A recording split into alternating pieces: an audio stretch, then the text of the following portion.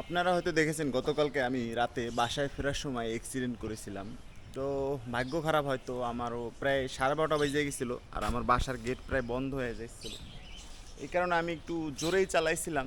তবে হঠাৎ আমার সামনে থেকে একটা ট্রাক ডানে ইউটার্ন নেয়, আমি ব্রেক করি, তবে আমার স্লিপ কাটার পরও আমি কিন্তু যাই তার ট্রাকের সাথে বাড়ি খাই। তবে ওরকম বড় ধরনের কোনো দুর্ঘটনা ঘটে নাই।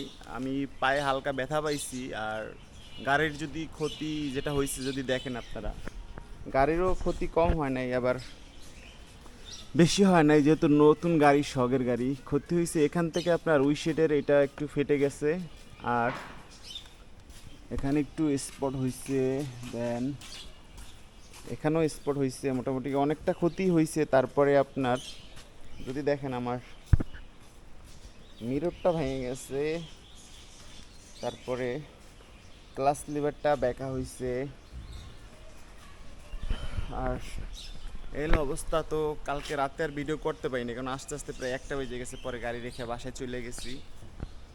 তো মন খারাপ, মানে যেটা চাই না হয়ে গেছে। আমি ব্রেক ঠিকই করছিলাম, তবে আপনার দেখা যায় এখন তো বর্ষাকাল, অনেক অনেক জায়গায় বালু জমা থাকে, তো ওই বালুর কারণে হয়তো স্লিপ কাটছে, ব্রেক আর ধরে রাখতে পারে নাই। তারপর যাই আমি ট্রাকের সাথে ধাম করে বাড়ি খেয়েছি।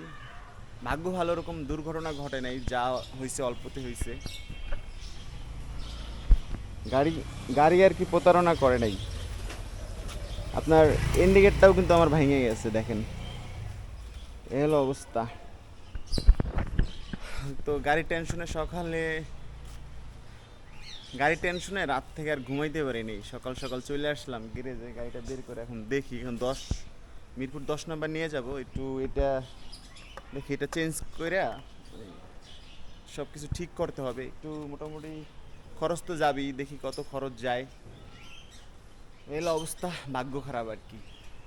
এই প্রথম আমার এই বাইকটা নিয়ে অ্যাক্সিডেন্ট করলাম।